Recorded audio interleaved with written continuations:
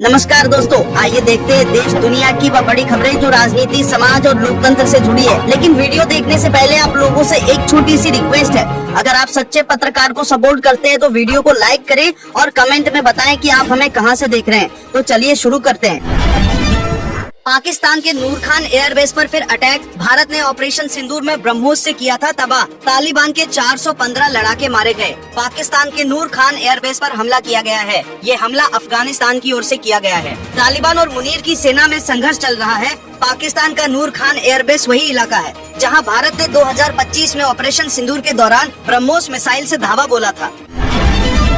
Khamenei की मौत पर बिजनौर में मातम रैली निकालते हुए फहराए काले झंडे। अमेरिका और इजराइल के हमले के बाद ईरान के supreme leader Ayatollah Ali Khamenei की मौत के बाद से दुनिया के कई हिस्सों में शिया समुदाय के लोगों ने अपना विरोध दर्ज किया है। इसी कड़ी में उत्तर प्रदेश के बिजनौर में भी ऐसा ही कुछ देखने को मिला। यहाँ जनपद के शेरकोट कस्बे में शिया समुदाय के लोगों में गहरा शोक और आक्रोश देखा गया। इस घटना को लेकर समुदाय के लोगों ने शेरकोट में शांतिपूर्ण रैली निकालते हुए काले झंडे फहराए। खामेनेई की मौत के बाद ट्रंप का खुला विद्रोह। अमेरिका में बड़े मुस्लिम नेता ने दे डाली सीधी चेतावनी। ईरानी सुप्रीम लीडर अली खामेनेई की मौत के बाद अमेरिका में ही राष्ट्रपति डोनाल्ड ट्रंप खिलाफ आवाजें उठने लगी है। न्यूयॉर्क शहर के मुस्लिम मेयर जोहरान ममदानी ने ट्रंप के खिलाफ खुला विद्रोह कर दिया है। उन्होंने शनिवार को ईरान पर अमेरिकी इजरायली हमलों की कड़ी निंदा की। इसे गैर कानूनी हमला बताया। साथ ही उन्होंने इससे आम लोगों की बढ़ती मौतों की चेतावनी भी दी।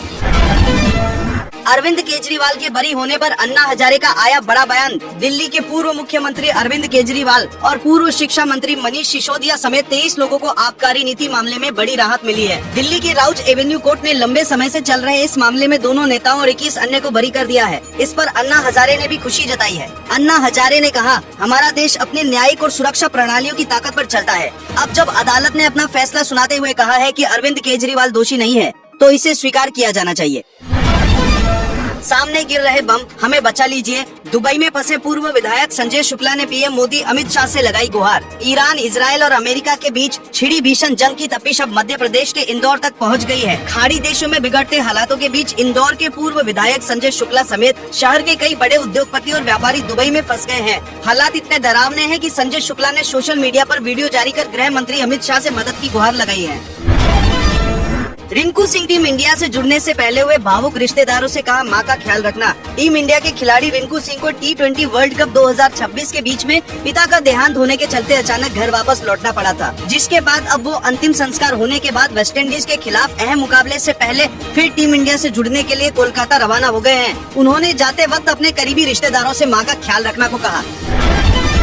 खामेनेई की मौत पर सबसे ज्यादा प्रोटेस्ट यूपी में। अमेरिका और इजराइल के हमले में ईरानी supreme leader Ayatollah Ali Khamenei की मौत हो गई तो खामेनेई की मौत को लेकर उत्तर भारत के शहरों में शिया समुदाय के लोग सड़क पर उतरकर विरोध प्रदर्शन कर रहे हैं। दिल्ली से लेकर कश्मीर तक खामेनेई की हत्या को गैर कानूनी और अनैतिक बताते हुए लोग विरोध कर रहे हैं। लेकिन खामेनेई की मौत का सबसे ज्यादा असर उत्तर प्रदेश में देखने को मिल रहा है। ईरान इजराइल जंग का सीधा असर $80 के पार पहुंचा कच्चा तेल। अमेरिका और इजराइल द्वारा ईरान पर किए गए हमलों ने मध्य पूर्व में एक नए संकट को जन्म दे दिया है, जिसके बाद वैश्विक तेल कीमतों में भारी उछाल देखने को मिला है। ब्रेंट क्रूड अब 12% उछलकर $80 प्रति बैरल के पार पहुंच गया। यूएई पर हुए हमलों के बीच भारत के प्रधानमंत्री नरेंद्र मोदी ने संयुक्त अरब अमीरात के राष्ट्रपति शेख मोहम्मद बिन जायद अल नाहयान से फोन पर बातचीत की। इस बातचीत की जानकारी प्रधानमंत्री मोदी ने खुद सोशल मीडिया प्लेटफॉर्म एक्स पर साझा की है। अपने पोस्ट में पीएम मोदी ने लिखा कि भारत यूएई पर हुए इन हमलों की कड़ी निंदा करता है और इन हमलों में जान गंवाने वाले लोगों के प्रति गहरी संवेदना व्यक्त करता है। पाकिस्तानी खिलाड़ियों पर 50-50 लाख का जुर्माना। T20 वर्ल्ड कप से बाहर होने पर पीसीबी का बड़ा फैसला। पाकिस्तान क्रिकेट बोर्ड ने T20 वर्ल्ड कप से बाहर होने पर हर खिलाड़ी पर 50 लाख रुपए का जुर्माना लगाया है। अधिकारियों ने साफ कर दिया कि अगर खिलाड़ियों को अच्छे परफॉर्मेंस के लिए इनाम मिलता है तो उन्हें खराब परफॉर्मेंस के लिए पेनल्टी भी देनी होगी। दिल्ली की महिलाओं का खत्म हुआ इंतजार। डीटीसी बसों में फ्री सफर के लिए राष्ट्रपति जारी करेंगी पिंक मोबिलिटी कार्ड। राजधानी दिल्ली में सीएम रेखा गुप्ता के नेतृत्व वाली दिल्ली सरकार अपना एक वादा पूरा करने जा रही है। सीएम रेखा गुप्ता डीटीसी बसों में महिलाओं के फ्री सफर के लिए पिंक कार्ड और राशन कार्ड धारकों को मुफ्त सिलेंडर देने जा रही है। बीते कल को इंदिरा गांधी इंडोर स्टेडियम में एक विशेष और भव्य कार्यक्रम सशक्त नारी समृद्ध दिल्ली में देश की महामहिम राष्ट्रपति द्रौपदी मुर्मू इस महत्वाकांक्षी योजना यानी पिंक कार्ड का शुभारंभ कर चुकी है। सीएम योगी के आदेश के बाद भी सरकारी कर्मचारियों को अब तक नहीं मिला। वेतन व्यवस्था पर उठाए सवाल। मुख्यमंत्री योगी आदित्यनाथ के होली त्योहार को देखते हुए फरवरी माह का वेतन फरवरी में ही जारी करने के स्पष्ट आदेश के बावजूद प्रदेश के कर्मचारियों को वेतन व पेंशन खातों में नहीं पहुंच सकी है। अब 2 से 4 मार्च तक सार्वजनिक अवकाश है। वेतन न मिलने पर विभिन्न कर्मचारी व शिक्षक संगठनों ने नाराजगी जताई है।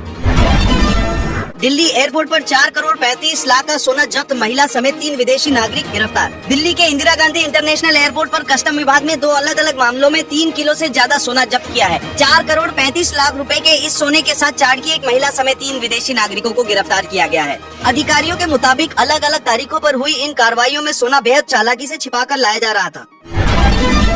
जम्मू कश्मीर पाकिस्तानी ड्रोन नियंत्रण रेखा पार करके भारतीय सीमा में घुसा, सेना ने की गोलीबारी। जम्मू कश्मीर के पुंछ में पाकिस्तान ने एक बार फिर अपनी नापाक हरकत को अंजाम दिया है। पाकिस्तानी ड्रोन पुंछ में नियंत्रण रेखा पार करते हुए भारतीय सीमा में घुस गया। इसके बाद भारतीय सेना ने उस पर गोलीबारी की है। होली से पहले योगी सरकार उत्तर प्रदेश की 86 करोड़ महिलाओं को एक बड़ा तोहफा देने जा रही है, जिसके तहत 1500 करोड़ रुपए जारी किए जाएंगे। उज्ज्वला योजना की महिला लाभार्थियों को मुफ्त LPG गैस सिलेंडर मिलेंगे। हरियाणा राज्यसभा चुनाव क्रॉस वोटिंग के 2 किस्से, कांग्रेस में भीतरघात की होगी हैट्रिक। हरियाणा राज्यसभा चुनाव की सियासी बिसात बीत चुकी है। विधायकों की संख्या के आधार पर एक राज्यसभा सीट बीजेपी तो एक राज्यसभा सीट कांग्रेस आसानी से जीत सकती है, लेकिन बीजेपी दोनों ही सीटों पर चुनाव लड़ने की प्लानिंग कर रही है। बीजेपी की रणनीति है कि राज्यसभा चुनाव में किसी ऐसे उम्मीदवार को उतारा जाए जिसके जरिए सियासी खेला किया जा सके। इलाज कराइए, पैसा हमारी सरकार देगी, जनता दर्शन में आए लोगों से बोले सीएम योगी। गोरखपुर में आयोजित जनता दर्शन में योगी आदित्यनाथ ने गंभीर बीमारियों से जूझ रहे जरूरतमंदों को इलाज के लिए आर्थिक सहायता का भरोसा दिया। उन्होंने अधिकारियों को निर्देश दिया कि सहायता से जुड़ी प्रक्रियाएं तेजी से पूरी कराई जाएं।